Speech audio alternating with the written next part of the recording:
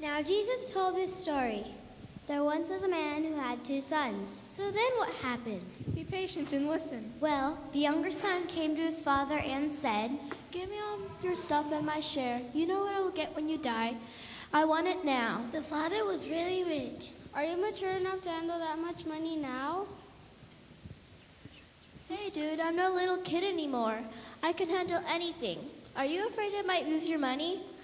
I'm a brilliant businessman. So the dad divided his property between his 2 sons. Not long after that, the younger son got together all he had, set off for a distant country, and there squandered his wealth in wild living. Squandered? What's that? It means to be a fool at spending your money, like buying things you don't need or getting stuff just to impress your friends. Oh, you mean like wasting your money? Yeah. Do you think wild living is what I think it is?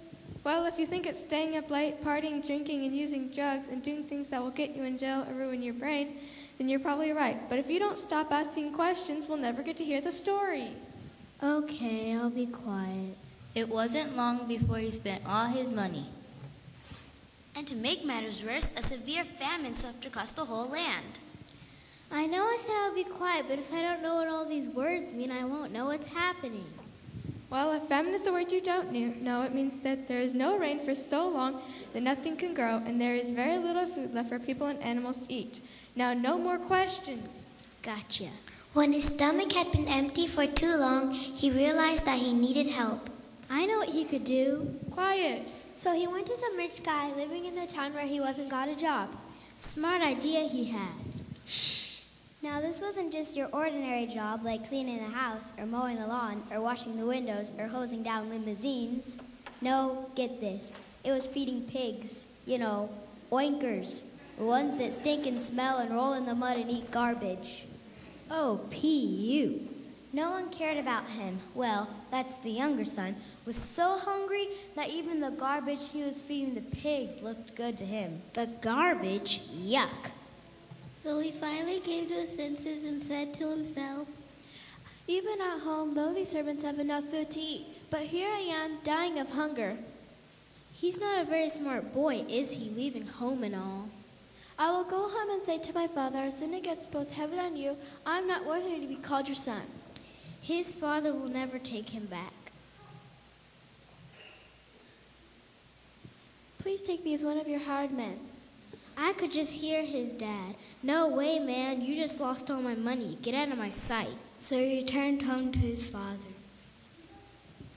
When he was still a long distance away, his father saw him coming and was filled with loving pity and ran and embraced him and kissed him. Kiss him? Oh, my. That was the custom of people in Bible days. That's how they showed someone they were welcome. My son has come home. I stood here every day looking for him. I knew he would eventually come home. Father, I sin against both heaven and you. I'm not worthy to be called your son. But the father said to the slaves, Quick, bring the finest robe I have in the house and put it on him, and bring jeweled rings set for his fingers and shoes. My, this story's taking a twist I did not expect. And kill the calf we have in the fattening pen. We must celebrate a feast for this son of mine. He was dead and came back to life. He was lost and was found. It makes me cry. So the party began. Meanwhile, I knew something would ruin it. Meanwhile, the older son was working out in the fields. When he returned home, he heard music coming from the house. He asked one of the slaves what was going on.